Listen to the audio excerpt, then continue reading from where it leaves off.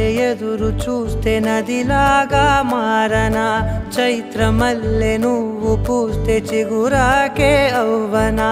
నన్నే వరించే యువరాజును అంట నీ యువరాణి